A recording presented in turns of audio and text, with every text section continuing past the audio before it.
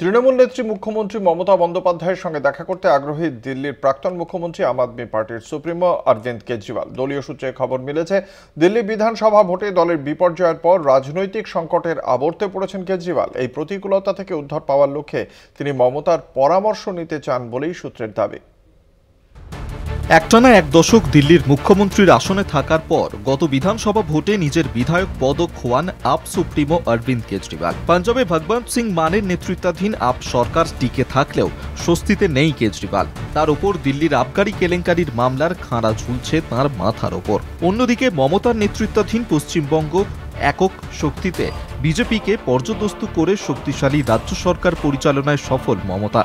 কেন্দ্রীয় এজেন্সি দিয়ে রাজনৈতিক প্রতিহিংসা চরিতার্থ করতে উদ্যত বিজেপি।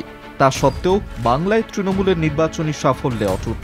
এর পাশাপাশি কেজরির সঙ্গে ব্যক্তিগত সম্পর্ক ভালো তৃণমূল নেত্রীর।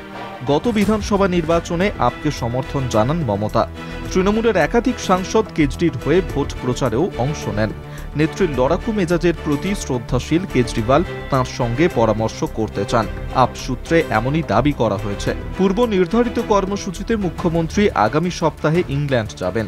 বিদেশ সফর সেরে ফেরার কথা চলতি মাসের শেষে। মুখ্যমন্ত্রী দেশে ফেরার পরই এপ্রিলে তাঁর সঙ্গে দেখা করতে কলকাতায় আসতে পারেন কেজরিওয়াল। কলকাতা টিভি।